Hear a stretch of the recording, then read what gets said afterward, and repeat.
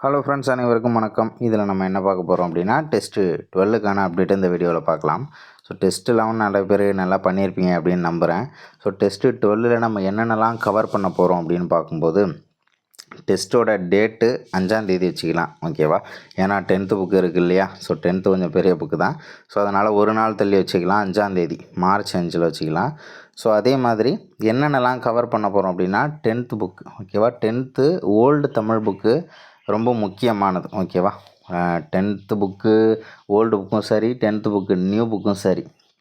இப்போ குரூப் 4 எக்ஸாமில் சரி, குரூப் 2 நம்ம அந்த ப்ரிலிமினரி எலிஜிபிலிட்டி எக்ஸாமு எந்த எக்ஸாமாக இருந்தாலும் 100 கேள்வி தமிழ் கேட்குறாங்கல்ல, அதில் கிட்டத்தட்ட ஒரு 40க்கும் மேலே, ஓகேவா? குறைஞ்சது ஒரு 40 கேள்வி 10th புக்கை பேஸ் பண்ணியே இருக்கும். அந்த 10th புக்கு எது அப்படின்னா புது புக்கு, பழைய புக்கு. ஸோ இந்த 2 புக்கையுமே பேஸ் பண்ணி அவ்வளோ டேட்டாஸ், ஓகேவா? அதிகபட்சம் 50 கேள்வி வரைக்குமே கவர் பண்ணுவாங்க, ஓகேவா?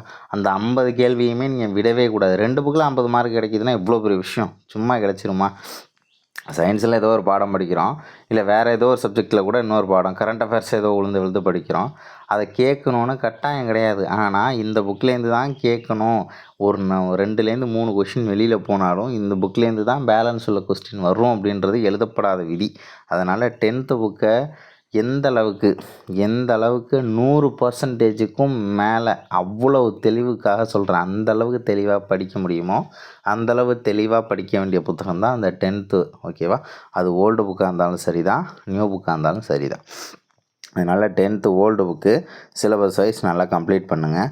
ஸோ அடுத்தது என்ன அப்படின்னா, எக்கனாமிக்ஸ். இந்த டெஸ்ட்டில் வந்து நம்ம ஐஎன்எம்லாம் வந்து கவர் பண்ணியாச்சு. ஐஎன்எம்மு அடுத்தது வந்து பார்த்தோம்னா ஜாகிரஃபி ப்ளஸ் எக்கனாமிக்ஸ் ரெண்டும் கலந்து வரும், ஓகேவா? அதே மாதிரி இப்போ அடுத்த டெஸ்ட் பேட்சுக்கான அப்டேட்டு நேற்று எப்படியாவது கொடுத்துடலாம் அப்படின்னு சொல்லிட்டு பார்த்தேன். இருந்தாலும் அதில் கொஞ்சம் ஆல்ட்ரு பண்ண வேண்டியதெல்லாம் கொஞ்சம் இருந்துச்சு. ஏன்னா டேட்டெல்லாம் கொஞ்சம் மாற்றி வைக்கிற மாதிரி இருந்துச்சு. ஆனால் கண்டிப்பாக வந்து 15ஆம் தேதி டெஸ்ட் அப்படின்றது நடந்துடும். 15ஆம் தேதி நடக்கும். ஏன்னா வந்து ஜிஎஸ் மட்டும்தானே அதில் வைக்க போகிறோம். ஜிஎஸ் மட்டும் அப்படின்னா ஸோ வந்து உங்களுக்கான கேப் வந்து அதில் நிறையாவே இருக்கும்.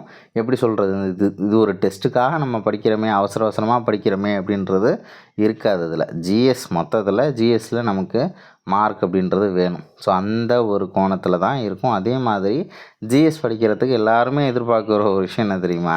சொன்னாலும் சொல்லலைனாலும் எல்லாருக்குமே எதிர்பார்க்குறது டைம் ஒன்று அதிகமாக எதிர்பார்க்குறாங்கன்றதை விட ஒருத்தவங்க ஒரு டாப்பிக்கை 3 மணி நேரத்தில் படிச்சிருவாங்க. ஒருத்தவங்களுக்கு 6 மணி நேரம் ஆகும், சிலருக்கு ஒரு நாள் ஆகும். அந்த மாதிரியெல்லாம் இருக்குல்ல, நம்ம எல்லாருக்குமே செட் ஆகிற மாதிரி காமனாக அது பாட்டில் ஒரு பக்கம் போயிட்டே இருக்கட்டும்.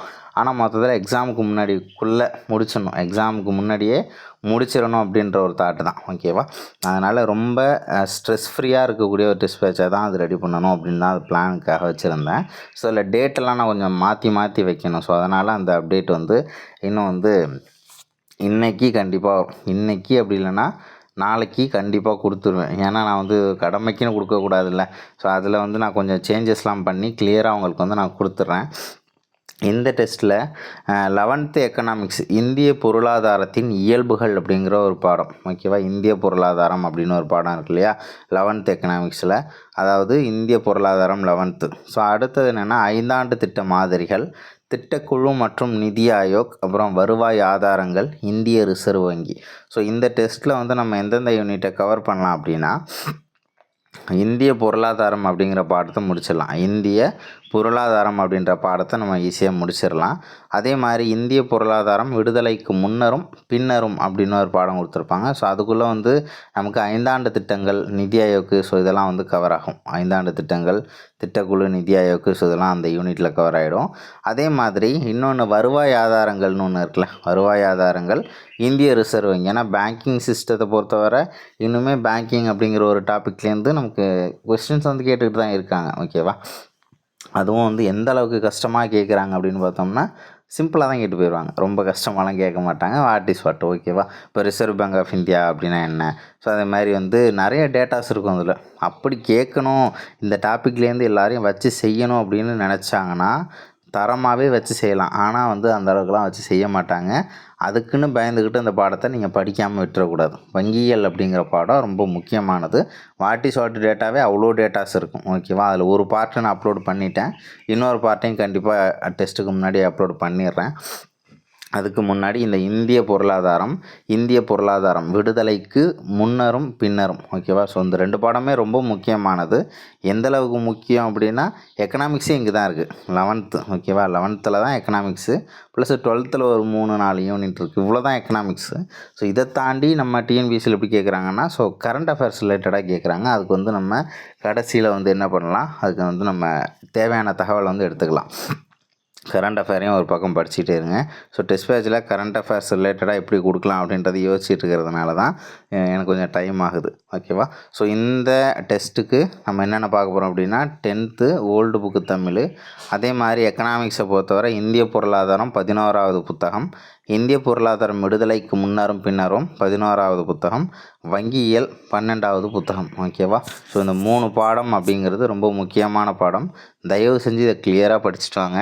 நான் கேள்வி அப்படின்றது எப்படி வேணாலும் கேட்பேன். ஓகேவா? இந்த 3 யூனிட் அப்படிங்கிறது ரொம்ப மழைலாம் கிடையாது. ஓகேவா? சின்ன சின்ன யூனிட் தான். வங்கிகள் கொஞ்சம் பெருசாக இருக்கும், ஆனால் அங்கே லாஜிக் இருக்கும். ஓகேவா? நான் அதனால் இந்த டைமில் வந்து லாஜிக்காகவும் எடுப்பேன், வாட் இஸ் வாட்டாகவும் எடுப்பேன், எப்படி வேணாலும் எடுப்பேன். ஓகேவா? அதை நீங்கள் ஃபேஸ் பண்ணுற அளவுக்கு நீங்கள் தான் படிச்சுட்டு வரணும். அதனால தான் 4 பாடம் டைப் பண்ணேன். 3 பாடம் போதும்னு சொல்லி ஒரு பாடத்தை எடுத்துட்டேன். அடுத்த டெஸ்ட்டில் சேர்த்து கொடுத்துக்கலாம் அப்படின்னுட்டு. அதனால் கிளியராக படிச்சிருங்க. மேக்ஸ் வந்து பார்த்தோம்னா ப்ரீவியஸ் இயர் கொஷினையும் பாருங்கள். மேக்ஸு மென்சுரேஷனை பொறுத்தவரை ப்ரீவியஸ் இயர் கொஷினையும் பாருங்கள். ஆனால் புக்கில் வந்து அதிகபட்சம் இப்போதைக்கு இந்த டாப்பிக்லேருந்து புக்கை பேஸ் பண்ணி தான் கொஞ்சம் கொடுத்துக்கிட்டு இருக்காங்க. ஆனாலும் ப்ரீவியஸ் இயர் கொஸ்டின் பார்க்குறது ஒன்றும் தப்பு கிடையாதுல்ல. இதை நம்ம கரெக்டாக படிச்சிருக்கோமா அப்படின்றது, இங்கே மனப்பாடம் பண்ணோமா இல்லை படித்தோமா இல்லை ப்ராக்டிஸ் பண்ணியிருக்கோமா என்னன்னாலும் ப்ரீவியஸ் இயர் கொஷின் பேப்பரை நம்ம போட்டு பார்க்கும்போது நமக்கு தெரிஞ்சிடும். அதனால் ப்ரீவியஸ் இயர் கொஷினையும் பாருங்கள். அதுலேருந்தும் கேள்வியெல்லாம் எடுப்பேன். அதே மாதிரி மேக்ஸு புத்தகத்தில் இருக்கக்கூடிய 3D சம்ஸ் எல்லாத்தையும் பாருங்கள். ரொம்ப முக்கியமானது 2D 3Dங்கிறது ரொம்பவே முக்கியமானது. ஃபார்முலாஸில் நல்லா எழுதி வீட்டில் ஒட்டி வச்சு படிங்க. அந்த மாதிரி படிச்சிங்கன்னா ரொம்ப ஈஸியாக இருக்கும். ஸோ இந்த டெஸ்ட்டில் நம்ம இவ்வளோ தான் கவர் பண்ண போகிறோம். ஸோ அடுத்தது கண்டிப்பாக வந்து நம்ம டெஸ்ட் பேட்சுக்கான அப்டேட் வந்து கண்டிப்பாக கொடுத்துட்றேன். நான் அதனால தான் இன்றைக்கி ஃப்ரெண்டோட ரூமுக்கு போயிட்டு ஸோ அவர்கிட்டையும் கொஞ்சம் ஐடியா கேட்கணும்ல. ஏன்னா அவரும் கவர்மெண்ட்டில் தான் இருக்கார். இது ஓகேவா, இது சேரலாமா, நீயாக இருந்தால் இந்த மாதிரி ஒரு டெஸ்ட் பேட்சில் சேருவியான்ற ஒரு டவுட்டை நான் அவர்கிட்டையும் கேட்டுக்கணும். ஏன்னா வந்து அவர் ஓகே இது நல்லா இல்லையே அப்படின்னு 4 பேர்கிட்ட சொல்லணும்ல.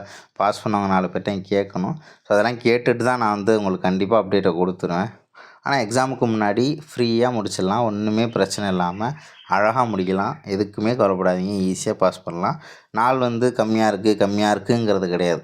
நாள் கணக்கில் நமக்கு வந்து 1 மாதம் இருந்துச்சுன்னு வச்சுக்கோங்களேன். அந்த 1 மாதம் எப்படி போகுது அப்படின்றது தெரியாதுங்கிறது ஒரு டைப்பு. என்ன ரொம்ப ஸ்லோவாக போகுது அப்படின்ற மாதிரி. நமக்கு இந்த நாளெலாம் கொஞ்சம் ஸ்லோவாக தான் போகும். அந்த ஸ்லோவாக போகக்கூடிய நாளை நல்லா யூஸ் பண்ணிக்கணும், அவ்வளோதான். ஏன்னா 120 நாளுக்கு மேலே இருக்குது அப்படின்னா பெரிய விஷயந்தான். நல்லா ஜம்முனே படிக்கலாம். கிளியராக படிக்கலாம். சூப்பராக படிக்கலாம். ஸ்ட்ரெஸ் இல்லாமல் அழகாக படிச்சிங்க அப்படின்னா சூப்பராக அடிச்சுட்டு போயிட்டே இருக்கலாம். ஓகேவா? ஸோ அடுத்த வீடியோவில் டெஸ்ட் பேட்சோட அப்டேட்டோட சந்திக்கலாம். தேங்க்யூ.